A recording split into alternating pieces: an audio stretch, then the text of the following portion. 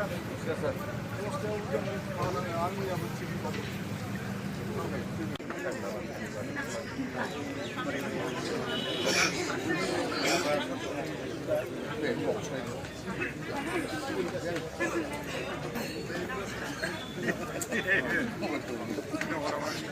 আমাৰ বিজনেছ জিলা হিচাপে এটা আমাৰ বিপিএফ দলৰ কৰ্মীসকলক লৈ পেলাই এটা আমাৰ ৱৰ্কশ্বপ হৈছে।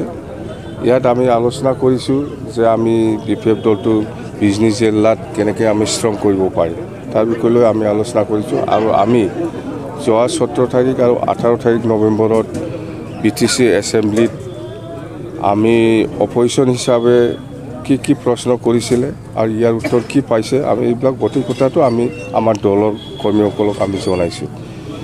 ইয়াত বিজনী অঞ্চলত বিপিএফ দলৰ স্থিতিটো খুব মজবুত। ইয়াত আমাৰ বিপিএফ দলটো যে দুৰ্বল হৈছে সেইটো মিছা কথা। বিপিএফ দল ঠিকেই আছে আৰু আমি এতিয়া আৰু গাঁৱে গাঁৱে আমি সোমাম। কোনোবা বিজেপিয়ে কি কৈছে, কোনোবা UPPলে কি কৈছে কোৱা নাই, ইহঁতৰ কথা।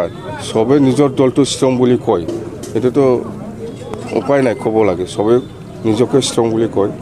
তো প্ৰেক্টিকেলি যেতিয়া সময় আহিব তেতিয়া দেখিব যে এইবাৰ বিপিএফ হিচাপে নেক্সট যিটো MP ইলেকশ্যন ইয়াৰ কাৰণে আমি ৰণনীতি ষ্ট্ৰেটেজিটো আমি বনাই আছোঁ।